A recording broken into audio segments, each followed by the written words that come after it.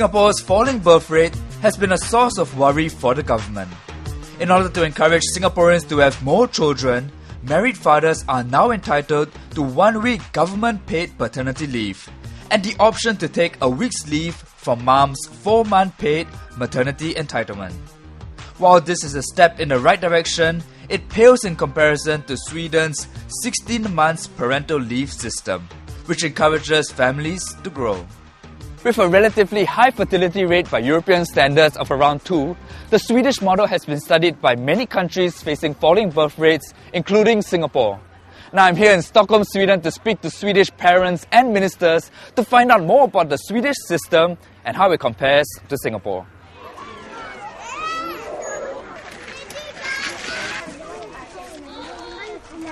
If you're only at home until they are like 4 months, then they are really small.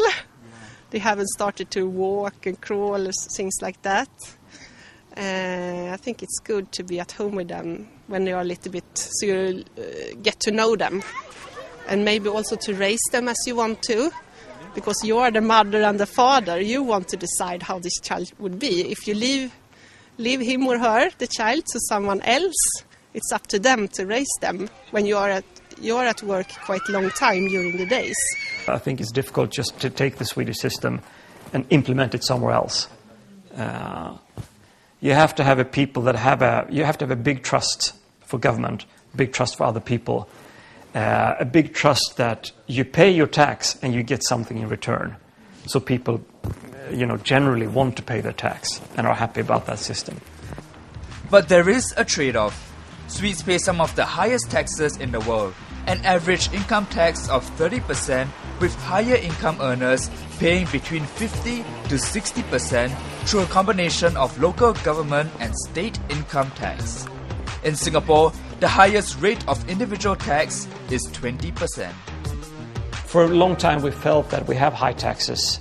They are too high. Of course, everybody feels they have too high taxes.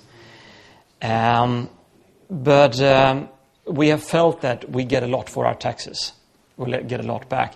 Right now, I think the feeling is that we're not getting so much back, and we are getting behind. And we used to have, I think, the best medical care and so on in the world. We don't have that anymore. Ironically, Sweden also has a relatively high divorce rate despite their pro-family efforts. 1 in 2 marriages ends in divorce according to Eurostat. My personal view is that the more mothers and fathers share parental leave schemes, the better it is.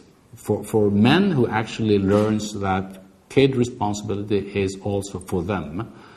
And in a society where more or less half of all relationships and marriages actually end up in broken relationships, it is obvious of absolute necessity for men to be able to take care of kids themselves. Aside from parental leave, Swedish parents also receive child allowances of around $200 per child per month till he or she reaches the age of 15. Keep watching Razor TV as we bring you more stories from Sweden, including how their system allows dads an average of 4 to 6 months parental leave to share childcare duties with the moms.